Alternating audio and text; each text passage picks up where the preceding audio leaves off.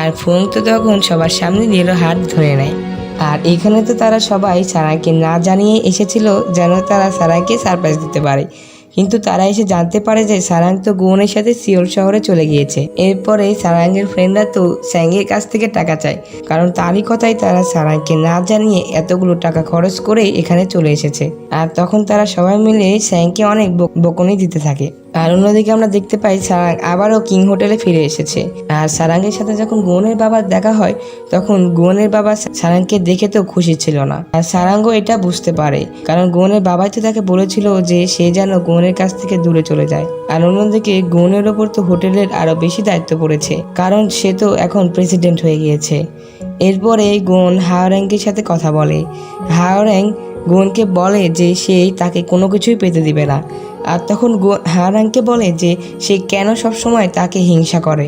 গুং আরও বলে যে সে হাওরাংয়ের সাথে ঝগড়া করতে চায় না, কারণ সে তার ফ্যামিলি হয়। তখন হাওরাং বলে যে আমি কখনো ভাবিনি যে তুমি আমার ফ্যামিলি হও। আর এরপরে হাওরাংয়ের হাজব্যান্ড খেপে তার কাছে চলে আসে আর তাকে বলে যে তুমি কি আমার গার্লফ্রেন্ডকে টাকা দিয়েছো যে আমার কাছ থেকে চলে যাওয়ার জন্য।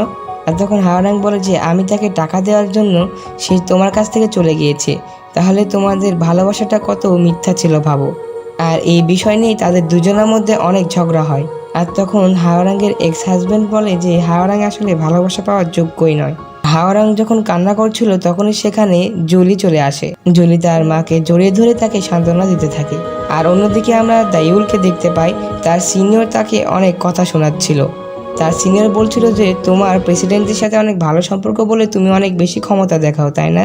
আর তার সিনিয়র যখন দাইউলকে এসব কথা বলছিল তখনই সেখানে গুণ চলে আসে। আর গুণ সেখানে দাইউলের কাজের প্রশংসা করতে থাকে আর মেয়েটিকে উল্টো অনেক কথা শুনিয়ে দেয়।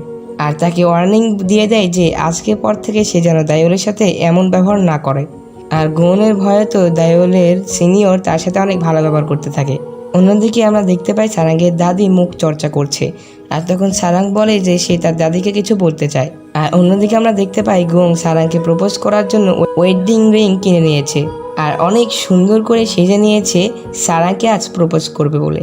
এরপরে গুং সারাংকে নিয়ে সেই রেস্টুরেন্টে চলে আসে যে রেস্টুরেন্টে তারা প্রথম ডেট করেছিল। আর গুন সারাংকে বলতে থাকে যে সে তো ভাবেইনি যে তার সাথে সারাংয়ের রিলেশনটা এত দূর পর্যন্ত আসবে। গুন লুকিয়ে লুকিয়ে সারাংকে সারপ্রাইজ দিবে বলে প্ল্যান করতে থাকে।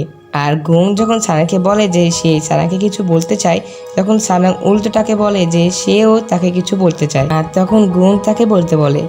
আর তখন সারাং বলে যে আমি সবকিছু ছেড়ে চলে যেতে চাই।